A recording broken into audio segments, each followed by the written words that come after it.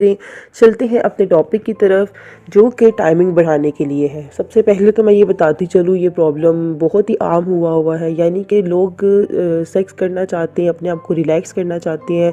कम से कम वो चाहते हैं कि हम 10-15 मिनट लगे ही रहें, और जो लोग एक ही मिनट में, यानी कि कुछ लोग आधे ही मिनट में रिलीज़ हो जाते हैं, वो दूसरा ना ही उनको मज़ा आता है और वो रिलीज़ हो जाते हैं।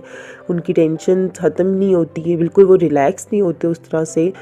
तो वो अपनी लाइफ में फिर चिड़चिड़ापन और डिस्टर्बेंस क्रिएट करते हैं, यानी कि फिर वो चिड़चिड़े हो जाते हैं। जो लोग ईज़िली रिलैक्सेशन में सेक्स नहीं कर सकते, तो वो आफ्टर सेक्स यानी कि टाइमिंग की वजह से उनका प्रॉब्लम जो होता है, तो वो बहुत चिड़चिड़े हो जाते हैं, उनके अंदर गुस्सा आ जाता है। तो ये तरह तरह की बीमारियां इंसान के अंदर डेवलप होना शुरू हो जाती हैं।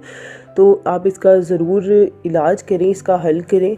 मैं आपको बताती चलती हूँ। अब एक तो ये सबसे बड़ा मसला है कि जब औरत की शर्मगाह जो है उसके अंदर आप अपना अज़ू हाथ डालते हैं, तो कुछ लोग बिल्कुल ही रोमांस किए बगैर ही डायरेक्ट ही ये काम शुरू कर देते हैं।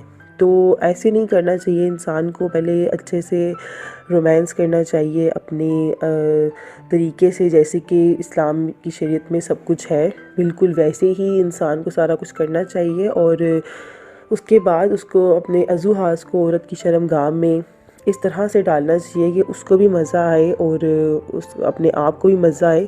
तो अगर आप चाहते हैं, और जिनके प्रॉब्लम्स हैं टाइमिंग्स के, तो मैं आपको ये नुस्खा बताती चलती हूँ कि आपने करना ये है। जिनके टाइमिंग्स का प्रॉब्लम है, आपने बादाम लेने हैं आधा किलो, और आधा किलो आपने खसखस लेनी है, और इसके साथ ही आपने जो है इंजीर लेनी है।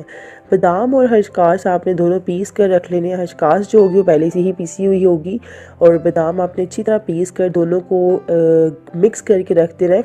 और आपने इनको खाना है इस तरह है कि 1 चम्मच आपने ये खाना है, और साथ ही साथ आपने 1 अंजीर खानी है, जिसका आपको बहुत ही फ़ायदा होगा। एक तो ये गर्म होगी, दूसरा आपकी टाइमिंग में बहुत ही मुफीद देगी, यानी कि बहुत फ़ायदा पहुंचाएगी आपकी टाइमिंग।